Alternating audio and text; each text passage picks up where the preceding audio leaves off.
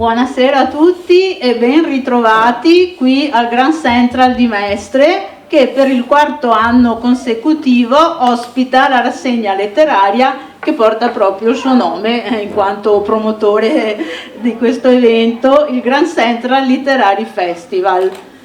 In questa prima serata mi fa molto piacere avere ancora con me gli amici di Mestre Mia, che consentiranno così a chi non può essere presente in sala di seguire le presentazioni tramite la diretta su Facebook. Quindi grazie Andrea e grazie Chico, voi non li vedete, sono dietro la telecamera, ma sono anche in questa edizione qui con me. Ringrazio l'associazione sportiva Judo Kwai che mi sostiene per portare avanti questa rassegna e chiunque tra il pubblico sia presente ci sostiene proprio con la sua partecipazione.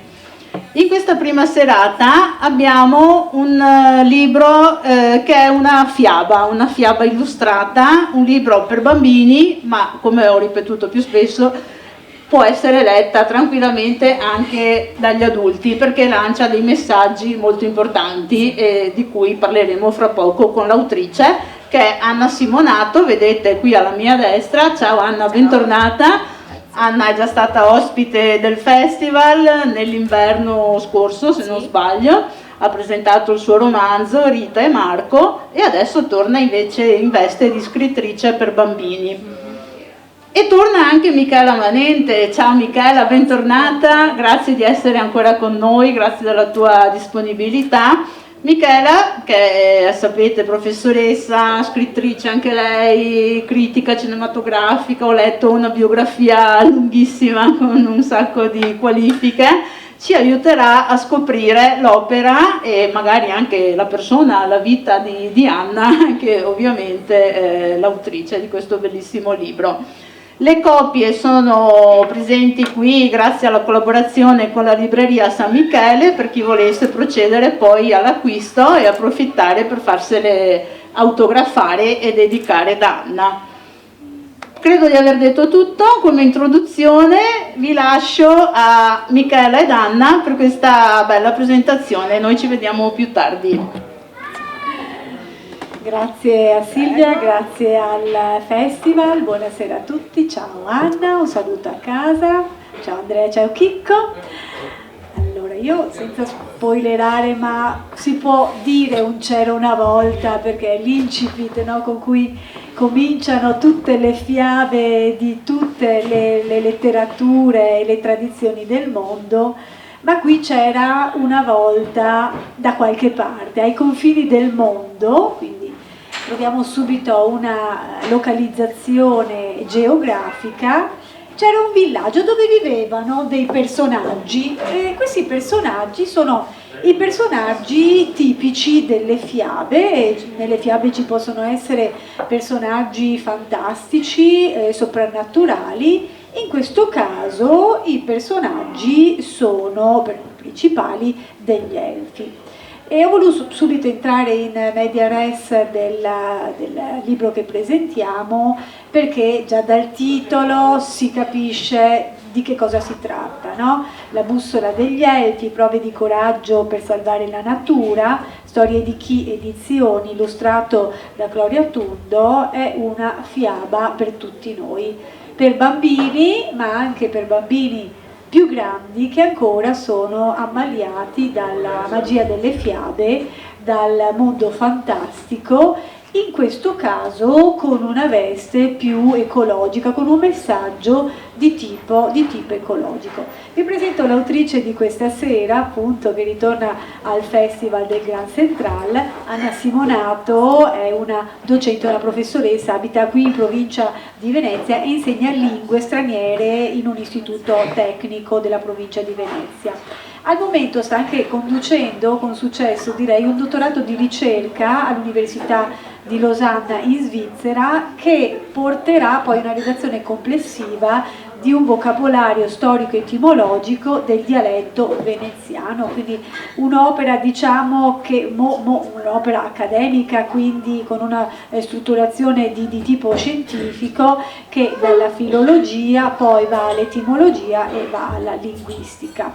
Come scrittrice si è sperimentata più volte, è partita scrivendo Il racconto breve per tutti noi ad edizioni del 2022, poi il già citato romanzo di formazione in stile diaristico, in parte autobiografico, ma ovviamente si prende sempre spunto dalle proprie esperienze personali, Rite Marco, che abbiamo presentato lo scorso anno proprio qui, edizioni Montag 2021, e questo è il primo racconto illustrato di Anna.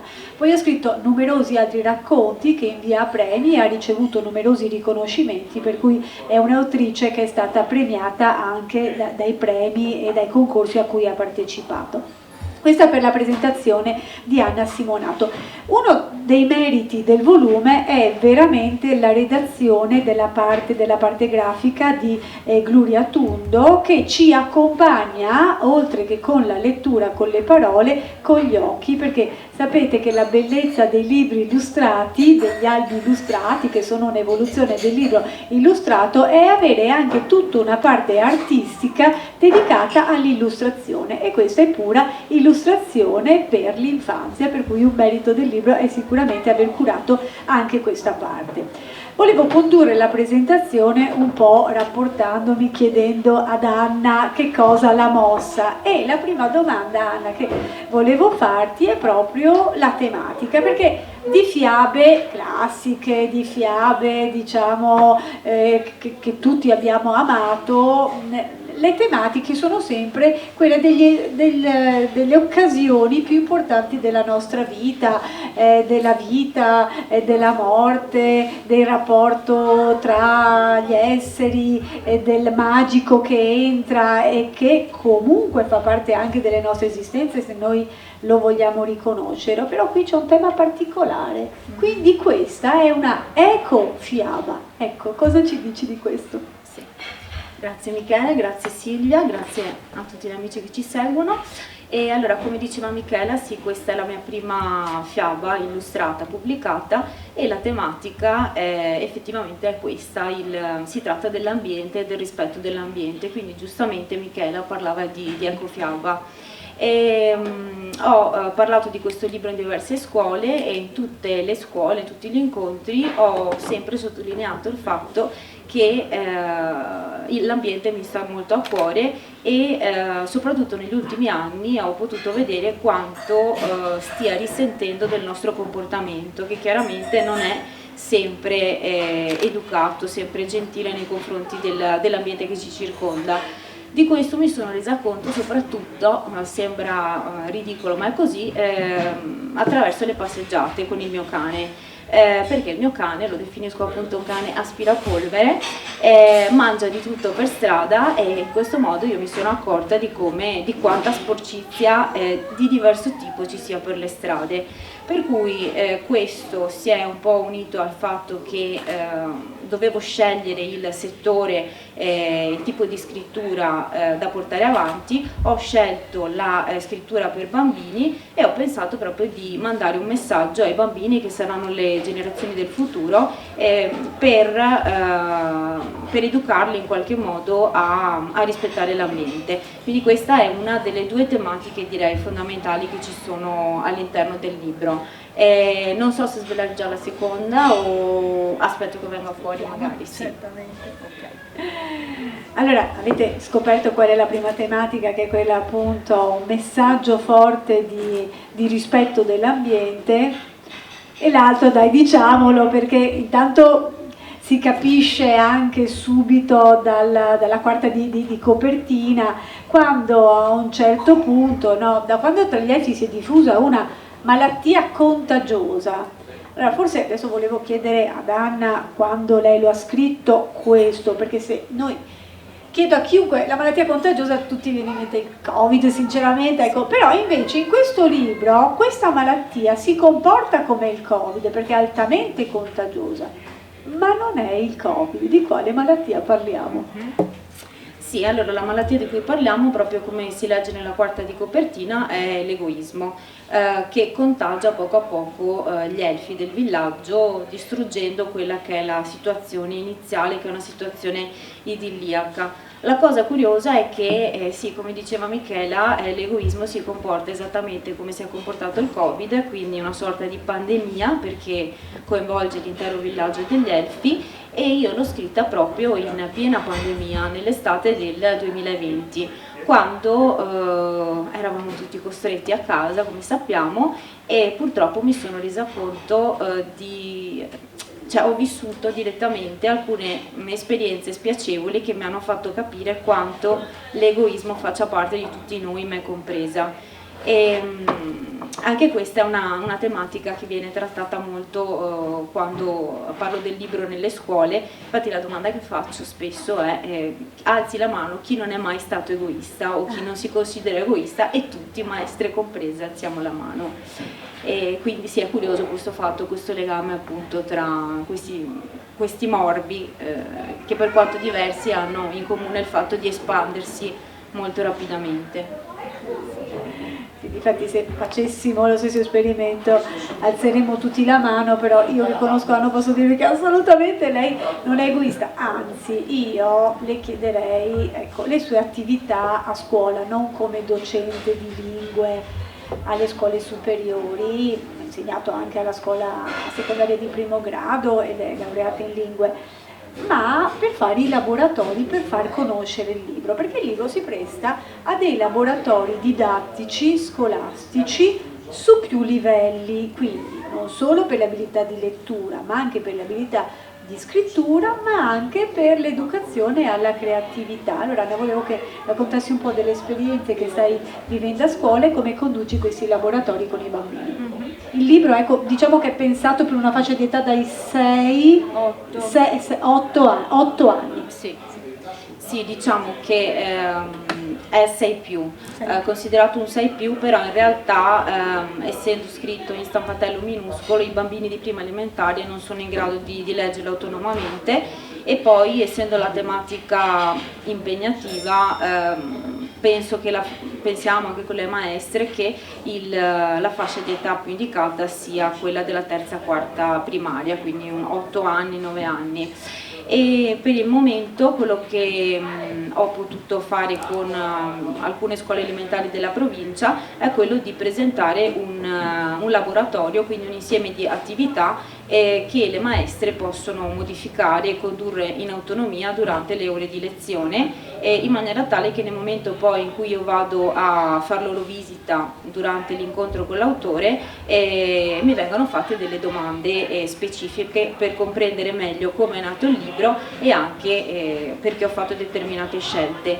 Il laboratorio spazia un po' e tiene in considerazione diversi esercizi che vanno dalla comprensione linguistica, la comprensione anche delle figure, quindi c'è un'attività che a me piace molto, che è quella di immaginare la storia senza averla letta prima, ma semplicemente guardando le immagini, magari anche in disordine e poi riordinandole. Però dipende sempre un po' dalla classe che ci si trova di fronte e anche dal numero di alunni. E alla fine la cosa bella è che mi vengono fatte domande di ogni genere e mi vengono presentati dei lavoretti che sono di diverso tipo, possono essere dei semplici disegni, oppure qua vi ho portato qualche esempio, non so se si possa vedere, siccome lo scopo sarebbe anche quello di chiedere ai bambini di riprodurre i personaggi del libro attraverso materiali di riciclo, e quindi si ricollega alla tematica del libro, qualcuno ha pensato di creare questo, quindi è uno dei stecchini, diciamo, che si utilizza per gli stick e per i gelati, è stato riciclato e c'è stato appiccicato sopra l'immagine di un elfo, ovviamente non uguale a quello disegnato da Gloria, e plastificato. In un'altra occasione invece, in un'altra scuola, non so se riuscite a vederlo qui, ma è stata creata una bussola vera e propria, non svelo niente perché c'è già nel titolo, Aggiungo solo che si tratta di una bussola vibrante perché se riesco a non farla cadere viene azionata così e vibra. Quindi questo è stato, la spiego subito, il regalo, diciamo, di una classe di mestre e lavoro di gruppo che non coinvolge solo una materia ma diverse, quindi è un libro che si presta anche ad attività interdisciplinari. E quindi insomma è un po' libera la scelta, sta alle maestre, sta l'ispirazione anche dei bambini. E questo è il l'altro prototipo di un personaggio. Sì. E non possiamo svelare, diciamo, la parte più interna e consistente del racconto, ma i personaggi anche sì, perché i racconti delle fiabe si richiamano, quindi diciamo c'è il soprannaturale, c'è il personaggio fantastico, l'abbiamo già detto, gli elfi, no, c'è nel titolo, e adesso chiederemo anche ad Anna qual era il titolo originario che richiama proprio l'elfo, quindi questo sicuramente si può dire. Poi ci sono degli animali fantastici, anche questo lo possiamo dire perché fa proprio parte, no, è connaturato con il genere della fiaba. Poi ci sono anche degli umani, anche questo, nelle fiabe gli umani ci sono, non ci sono solo personaggi fantastici. E poi c'è la natura, qual è, Anna, il ruolo, senza svelarci proprio la trama in sé, della natura? Perché ovviamente la fiaba ha una strutturazione classica, poi può avere delle varianti. Ma la natura ha un ruolo particolare, no? Anche in questa strutturazione, qual è? Sì. Beh, la natura è la madre in realtà di tutti noi e diciamo che è la nostra guida e questo viene fuori soprattutto nella parte finale del libro. Diciamo che è anche l'educatrice, la prima educatrice, l'educatrice primordiale secondo me, che cerca di guidare gli elfi che appunto sono colpiti dall'egoismo e di far attraversare loro delle prove in maniera tale che possano redimersi, che possano ragionare sui propri errori e poi cercare di ripristinare la situazione iniziale. Infatti, come diceva Michela, la struttura di questa fiaba rispecchia proprio quella che è la struttura tradizionale delle fiabe, per cui vi è una parte iniziale di armonia, una parte in cui gli elfi vivono condividendo tutto, non sono egoisti, e poi ad un certo punto entra in gioco proprio l'egoismo, che in questo caso è il vero e proprio antagonista della fiaba. E come si legge dal sottotitolo Prove di coraggio per salvare la natura, queste creature dovranno affrontare 3 difficili prove legate a 3 ambienti diversi, naturali, e poi non svelo la fine, ma insomma ci sarà una svolta decisiva, non prima però di affrontare un'ultima grande prova che riprende un'altra tematica che a questo punto svelo, che è quello di affrontare le prove tutte insieme. E non a caso all'interno della fiaba c'è anche una formula magica che non recito perché non si può, però richiama un po' proprio questo messaggio, il fatto che non c'è un eroe che spicca sugli altri, ma sono tutti insieme, questa comunità di elfi giovani riusciranno o non riusciranno, comunque insomma riusciranno a cambiare la situazione, perlomeno riusciranno a cambiarla. C'è da chiederci se il Covid ci abbia cambiato la situazione, ma non so se in meglio come capita qui, perché è una fiaba con un happy end come è nella fiaba tradizionale, quindi anche in questo lo hai rispecchiato. Abbiamo anche la presenza dell'elemento magico, che l'abbiamo già detto, quindi a questo punto terminiamo, l'abbiamo visto anche l'elemento. E hai preso spunto in questo caso, ti sei fatta ispirare per l'elemento magico o è questa una tua idea?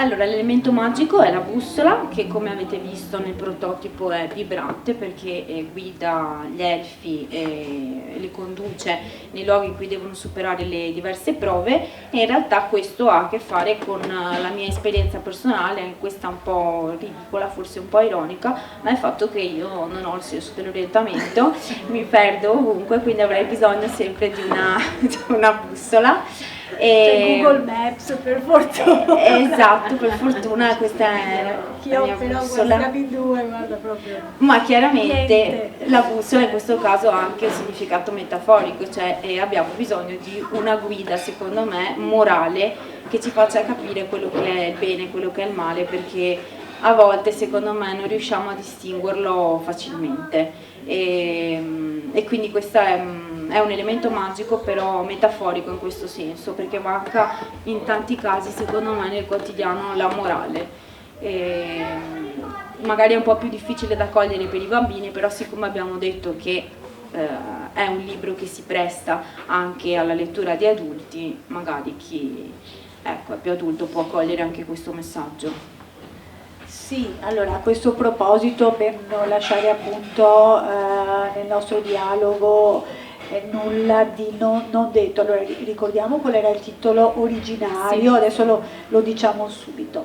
Sul versante che è anche una lettura per adulti, tutta la letteratura per l'infanzia è anche letteratura per adulti, perché è costruita su un multistrato di significato che, colto all'età degli 8 anni, consigliato 8-9 anni, assume una valenza, invece assume altre valenze in questo multistrato se letto, no, in età più adulta, quindi qualsiasi libro per bambini in realtà penso a Peter Pan, allora bellissimo, ma se lo leggiamo noi è un capolavoro perché veramente si presta a tanti spunti. Quindi questo, sul versante appunto scrittura, che è valida, validissima anche per gli adulti, ma piace anche ai bambini, c'è anche da un punto di vista puramente stilistico il fatto che Anna scrive un po' con un po' di prosa d'arte, utilizzando le rime all'interno delle frasi, e questo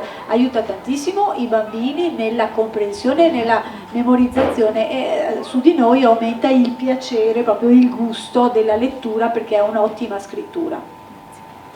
Sì, allora ricordo, come avevi detto prima, il titolo originale. Sì. Allora, il titolo originale della fiaba non è La bussola degli elfi, ma era Elfolandia. Come dicevo, l'ho scritta, sono 4 anni fa, non 3 anni fa, perché nel 2020, e nell'estate appunto della pandemia. L'avevo pensata per un concorso con questo titolo, però poi insieme all'editrice e anche all'illustratrice abbiamo ritenuto opportuno cambiarla, inserendo degli elementi che coinvolgessero di più il lettore, quindi, come detto, la bussola, che è l'elemento magico del libro e che serve agli elfi per cambiare la situazione iniziale, elfi che sono i protagonisti della vicenda, e poi appunto queste 3 prove di coraggio che richiamano, come detto, la struttura classica. Poi Michela sottolineava il fatto che ci sono delle rime all'interno. Io non leggo la rima, ma dico che vorrei che fosse anche nelle mie prossime eventuali fiabe una caratteristica ricorrente. Come diceva Michela, perché aiuta la memorizzazione, è musicale e interrompe un po' la lettura non monotona, ma la lettura costante, diciamo, in prosa. E poi perché a me piace scrivere anche in rima, diciamo che in passato, ma anche adesso se capita, mi piace scrivere delle poesie ironiche personificate per i miei amici in occasioni informali, e ho pensato di inserirle poi nelle fiabe proprio per dare sfogo alla fantasia, quindi ha una duplice valenza, ecco, questo. Questo denota sicuramente molta fantasia, molta creatività, perché scrivere in rima vuol dire che uno ha un pensiero votato alla creatività, e soprattutto che ha letto tantissimo, perché se pensiamo ai nostri sussidiari di quando eravamo alla scuola elementare, se si leggono i testi di Rodari, sono in rima, perché questo veramente crea un gusto e una facilità, no, di comprensione. Quindi vuol dire che Anna ha letto tantissimo e adesso le viene talmente facile che scrivere per lei in rima è quasi una cosa naturale, sia appunto nell'informalità di questi testi che dai ai tuoi amici, ma anche poi invece nelle prove di scrittura. Volevo sapere se stavi pensando, non a una collana, ma insomma ad altre avventure degli elfi o di altri personaggi, se avevi pensato a dare un seguito a questa tua prima importante prova. Allora, un seguito a questo in realtà no, posso dire che in cantiere ho altri progetti e in particolare uno in cui eseguo anche le illustrazioni ed è prettamente in rima. È legato anche questo alla natura, più che altro agli animali e all'accettazione dei propri difetti. Quindi c'è la presenza di un personaggio costante che è una bambina, in ogni occasione entra in contatto con un animale diverso e i due si aiutano vicendevolmente e c'è sempre il lieto fine. Questa l'ho pensata come collana, ma appunto ancora in cantiere. A questo, ripeto, non c'è un seguito, però le altre fiabe che ho scritto e che non ho ancora pubblicato trattano sempre tematiche che secondo me sono molto delicate, non hanno direttamente a che fare con l'ambiente, ma con l'ipersensibilità ad esempio e con l'utilizzo delle parole. Questa è un'altra fiaba che mi piacerebbe pubblicare. Soprattutto le parole grazie e prego, che secondo me stanno scomparendo o stanno diventando scontate, quindi secondo me ci sono dei valori che stiamo dimenticando, ma che vale la pena invece riprendere, per quanto semplici, per quanto considerati forse banali. Quindi in futuro speriamo di fare anche questo, di realizzare anche questi progetti.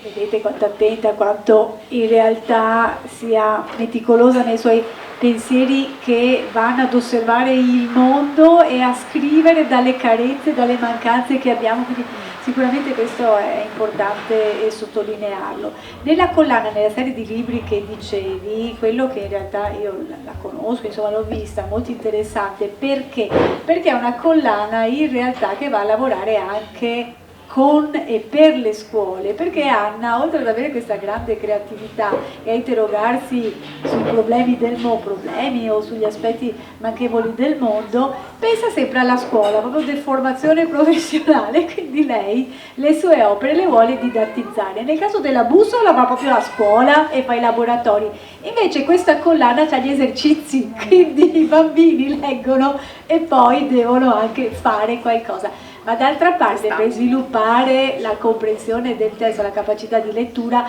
bisogna allenare il bambino sul testo. Quindi se ci vuoi dire qualcosa su questo, ma credo che ti venga naturale anche questa parte della didattizzazione del testo. Sì, diciamo che tornando a questa collana che ho ideato, uno degli esercizi consiste nel interpretare i personaggi e dividersi le parti, perché siccome è una collana pensata per bambini di 5-6 anni, e quindi che cominciano a leggere in autonomia ma ancora hanno bisogno di un sostegno, mi piace immaginare che la sera prima di andare a letto magari la recitino con i genitori, con i fratelli, sia per memorizzarla proprio perché è scritta tutta in rima, sia per creare una sorta di teatralità che secondo me unisce ed è un bel momento per le famiglie e che comunque aumenta anche la capacità, come diceva Michela, di comprensione.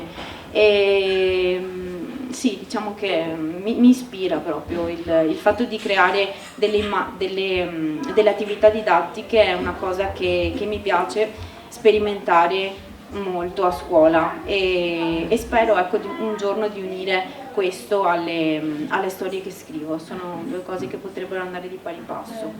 Bello. E questa teatralizzazione, no, dei personaggi del testo richiama un po' il nostro mondo di bambini, facevamo questo gioco da bambini perché è un altro aspetto di Anna che ripensa spesso e poi lo ritroviamo nei suoi libri a quando lei era bambina, quindi ritroviamo anche un mondo, no, che non c'è più, ma lo rileggiamo attraverso i suoi occhi e la sua scrittura.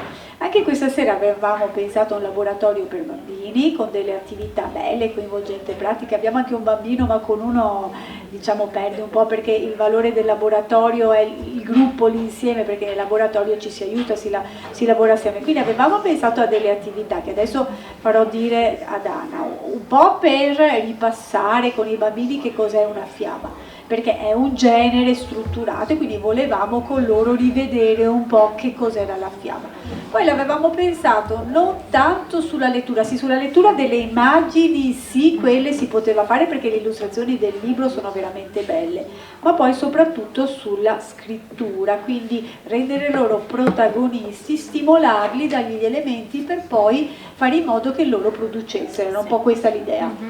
Sì, è un po' quello che avevamo pensato è questo, che ho sperimentato appunto in alcune scuole, quindi di partire da quello che abbiamo detto prima, ovvero gli elementi fondamentali della struttura della fiaba.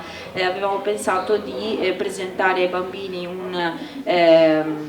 dei foglietti, ciascuno con una parola o con una frase, per esempio situazione iniziale, aiutante, antagonista, e chiedere loro di riordinarli ovviamente a gruppi. E poi avremmo confrontato la cosa, il risultato, e in seguito avremmo sfogliato il libro insieme mostrando solo le immagini per vedere che tipo di storia avrebbero ideato loro. Dopodiché avremmo svelato qualche retroscena, loro avrebbero appunto raccontato la storia davanti a tutti, noi avremmo poi svelato il retroscena e avremmo visto quanto ogni singolo gruppo si fosse avvicinato, diciamo, alla storia originale. Questo era un po' quello che avevamo pensato. Secondo me avrebbe funzionato alla grande, perché poi rendere sempre il bambino protagonista è il modo migliore per farlo crescere, per coinvolgerlo e per farlo crescere. Quindi parlando dei tuoi progetti futuri, allora hai questa collana sul versante fiaba, se verrà ti stai poi dedicando a qualcos'altro, avevi qualche altro progetto simile che vuoi sviluppare? Sì, questo è un altro progetto a cui tengo molto e in realtà è molto diverso da quello che abbiamo visto finora perché riguarda i miei genitori e riguarda il dialetto veneziano. E anche questa è una cosa curiosa, però appunto non c'entra niente con le fiabe.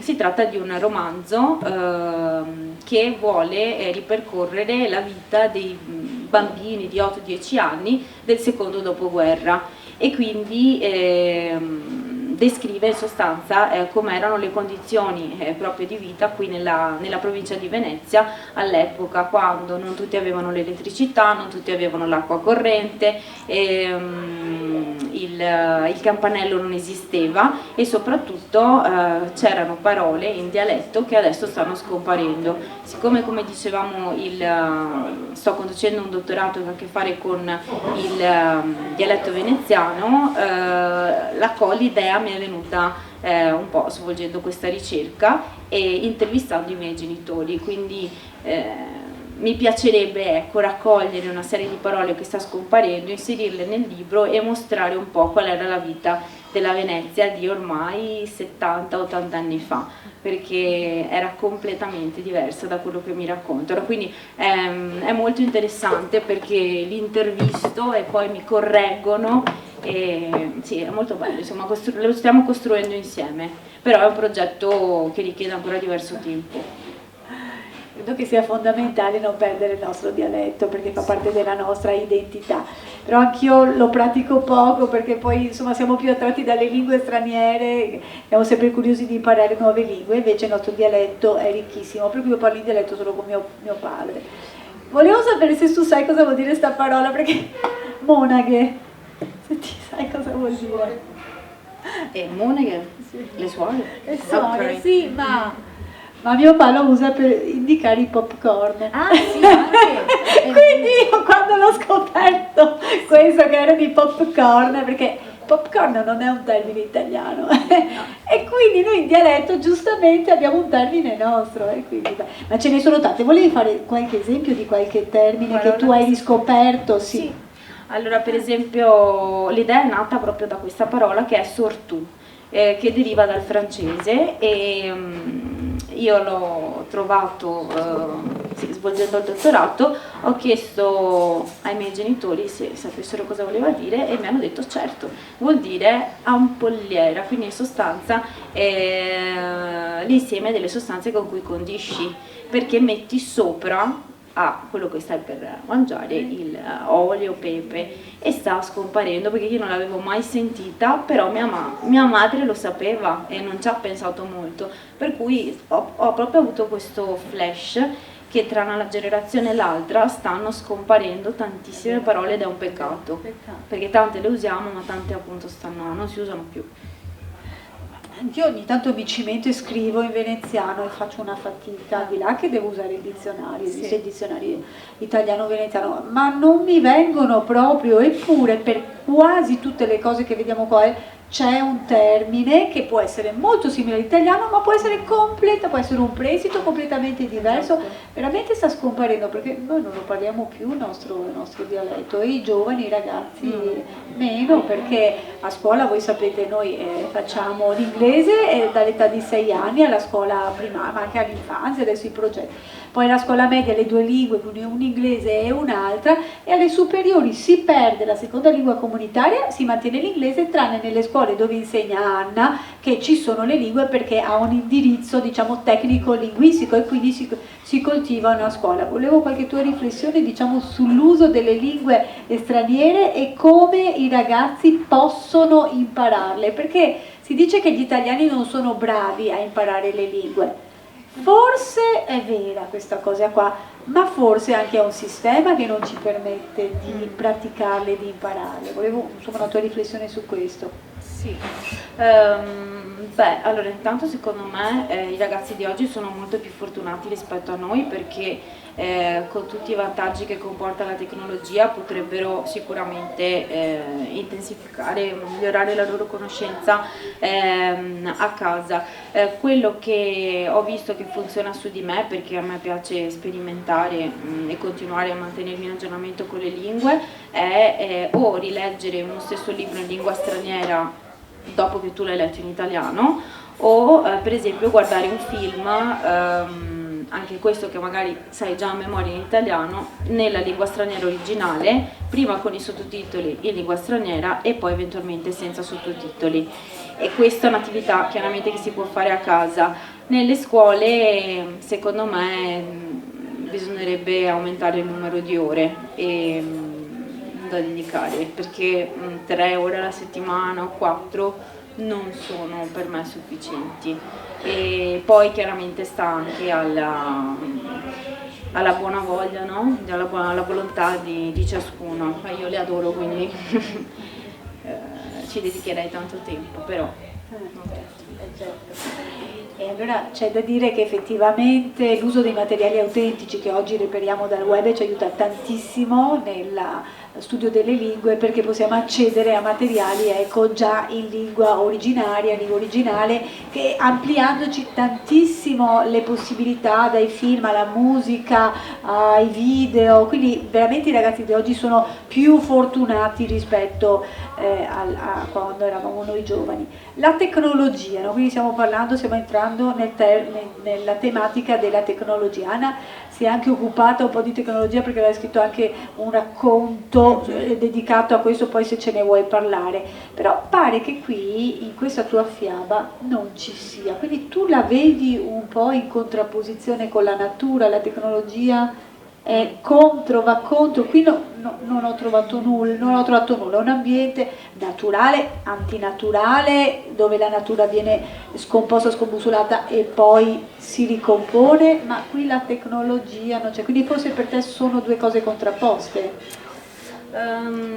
Magari non contrapposte, però le vedo molto distanti tra loro, e il racconto che avevo scritto, che si intitola Per tutti noi, è proprio una riflessione su questo, cioè sul fatto che secondo me manca il giusto mezzo, l'equilibrio, nel senso che abbiamo la tecnologia a disposizione ogni giorno, però questo sarà banale, però io vedo che sta rovinando le relazioni perché non siamo in grado di operare il giusto distacco. E lo vedo anche su di me, che tante volte non riesco a staccarmi dal cellulare, quindi devo proprio distanziarlo.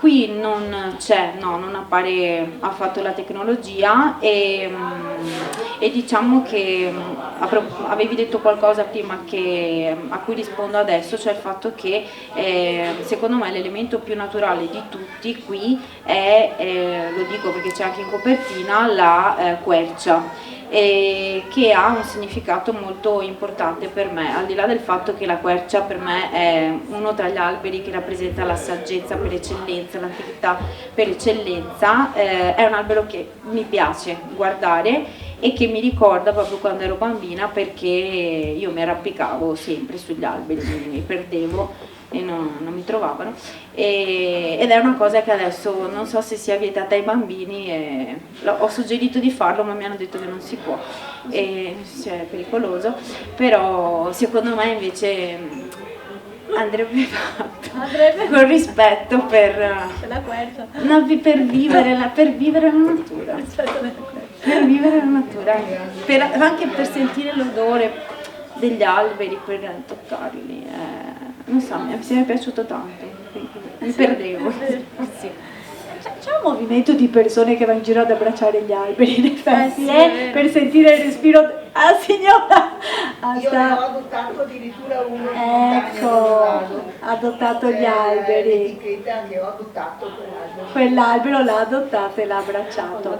Poi c'è anche da dire, è più pericoloso arrampicarsi su un albero o stare 4 ore a giocare sul cellulare? Vero, vero. Allora bisognerebbe un attimo capire che cosa è pericoloso e che cosa invece fa bene ai bambini. Quercia, che se ricordo bene in latino è roburis, quindi la forza, robusto, forte, perché la quercia dà proprio questa immagine della forza, della possenza dell'albero, questo è il termine latino.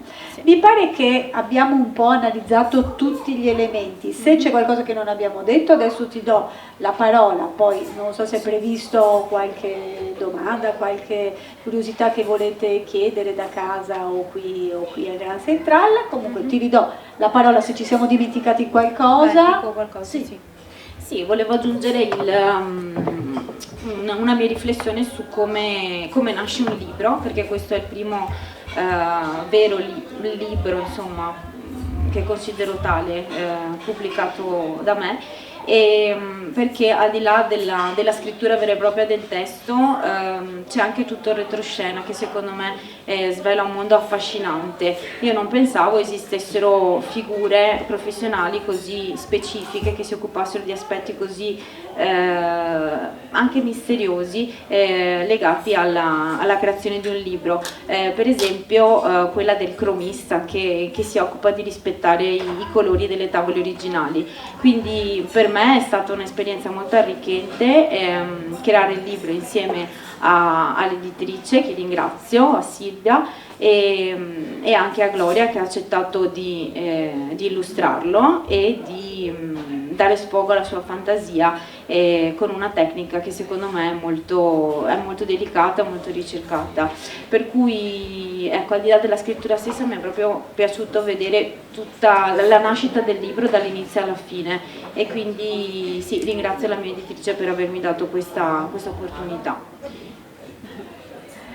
Bene, anch'io mi ero sperimentata con un libro illustrato e davvero è molto arricchente avere anche qualcuno che ti fa la parte appunto illustrativa, confrontarsi. Io avevo avuto 2 illustratori, uno mi piaceva anche di più, ma poi sono anche il discorso dei costi, quindi illustratori importanti hanno anche costi per noi forse inaccessibili, e quindi poi ne ho scelto un altro molto valido, però veramente se si chiedesse a 10 illustratori farebbero 10 libri diversi, e questa è una cosa bella, no? Perché l'illustrazione poi rispecchia una creatività e un'arte certo si ispira al testo, ma io l'elfo, scusate, lo posso fare in tante maniere, è descritto, ma della descrizione la fantasia, quindi è bellissimo confrontarsi con gli illustratori. Anch'io che ho fatto questa esperienza, il cromista non lo avevo, forse erano edizioni più economiche, però è veramente utile confrontarsi. Silvia, c'è un momento di qualche richiesta dal pubblico? È possibile allargare o vuoi tu dire qualcosa? Beh, prima di tutto chiediamo al pubblico se qualcuno vuole intervenire con qualche commento, qualche domanda, ma mi sembrano tutti soddisfatti già abbastanza. Avete descritto questo libro presentato in maniera molto esaustiva.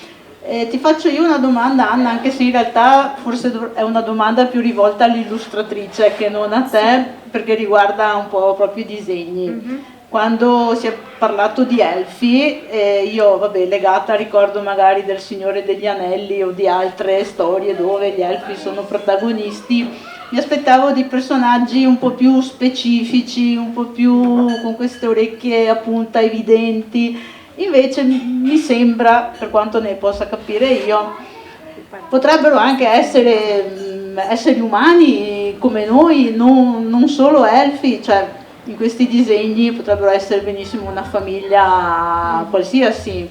È stata voluta questa cosa? È stata, come dire, hai capito cosa intendo, no?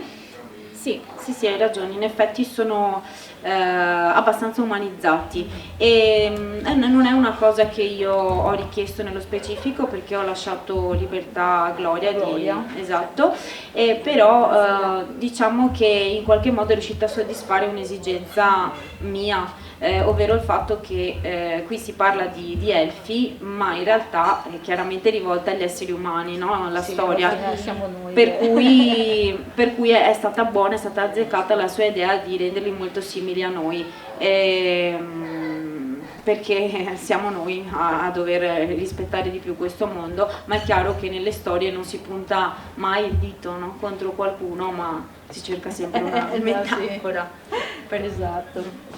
Gloria abita a Torino, se non sbaglio, quindi non poteva essere ovviamente con noi qui stasera. Se ci stesse seguendo da casa, ovviamente la salutiamo, magari l'aspettiamo per un'altra occasione.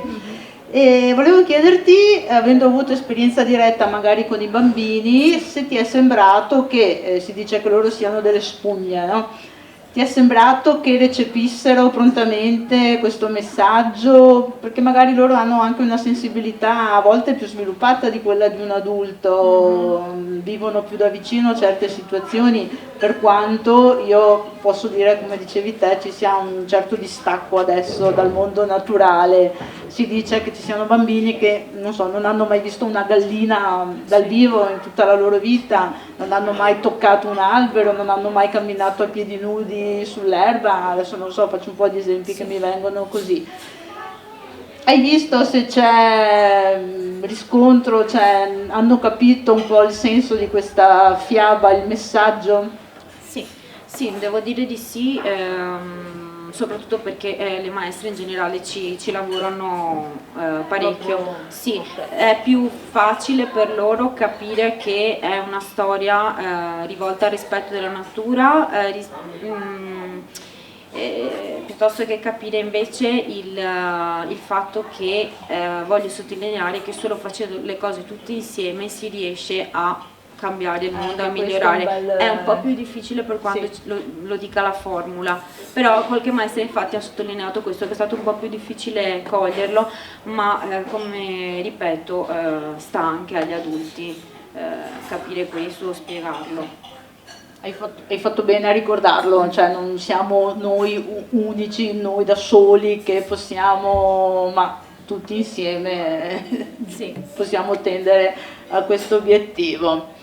Bene, allora voi siete soddisfatte? Avete qualche altra cosa da dire riguardo al libro? È stato detto abbastanza, credo. Qualche intervento del pubblico, ecologiste, persone che si occupano di natura in qualche modo.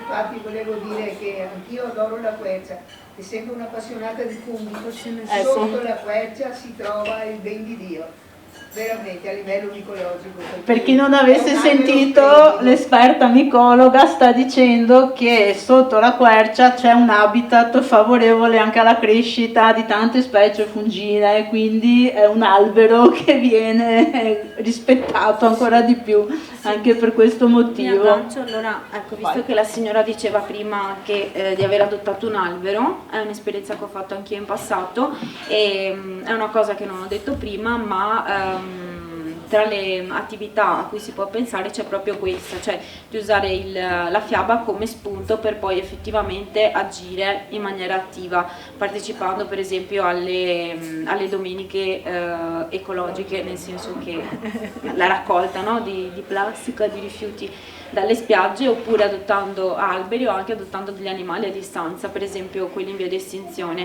Quindi grazie per lo spunto, perché così diamo un'indicazione più attiva. Sì, ci sono veramente tante cose che si possono fare sì. per vivere in questa terra in un modo un po' migliore, combattendo il famoso egoismo da cui nessuno è esente, perché per quanto sia possiamo anche dire no, non è vero, però ci caschiamo un po' tutti qualche volta, ma l'importante è esserne consapevoli e cercare di andare oltre. Sì.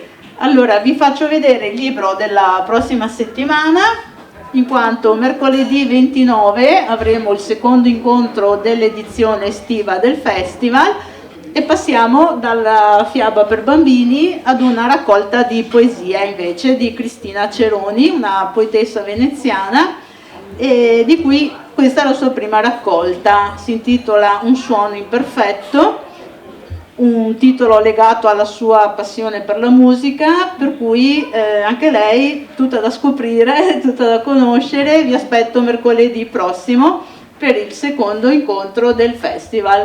Grazie a tutti, grazie Chico per le riprese e la diretta.